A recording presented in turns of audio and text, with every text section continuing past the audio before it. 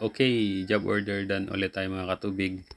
Isang metering pump with chemical tank and then booster pump with pressure tank.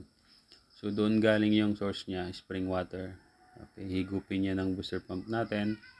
Okay, then pag umandar yun, andar din yung metering pump. Kukuha siya dyan ng chlorine. So i-inject niya yan doon sa i-inject niya yan dyan.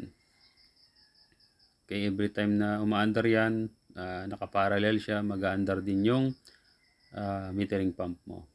Yan. Pag cut out, stop natin yon. So, ang purpose is mag-inject siya dyan ng chlorine. Yan.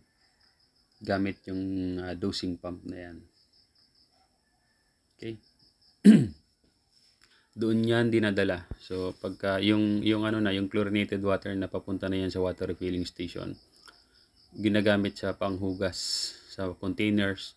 So para DOH compliant tayo, dapat disinfected yung yung water na ginagamit natin panghugas sa tubig. Yan. So yan yung pressure gauge. Pag 40 psi, cut out yan. Pag 20 psi, cut in yan. Then at the same time, aandar din yung dosing pump para mag-inject siya ng chlorine. Papasok dyan sa pressure tank. So, dyan yan nagkakaroon ng contact time sa pressure tank. Yan. So, piniprepare na natin. Yan, tinetesting natin yung nakalagay siya sa 10%. Okay, yan yung stroke kada minuto. Stroke niya. For example, naka 10 stroke per minute. So, yun lang din yung Then, i-check natin yung residual ng chlorine dyan gamit yung chlorine tester. I-calibrate, ibabalance natin yan. Kukunin natin yung pinaka-ideal niya. So, 5 ppm. I think 5 ppm para ma-disinfect mo yung yung tubig. Yan. So, mamaya testingin natin yan. So, yan po. Yan yun. Nakapaglagay na tayo ng chlorine. Tapos, yan. Nag-i-inject na siya. So, masyadong mabilis. Tinetesting lang po natin yan. Yan. Yun yung yan ang trabaho ng dosing pump. So, nag-i-inject siya ng chlorine. Pagka umandar yung booster pump, aandar din siya. Pero once na yung booster pump mo nag-stop, syempre mag-i-stop na din siya kasi mag-overdose yun na walang movement yung yung water. Tapos nag-inject ka.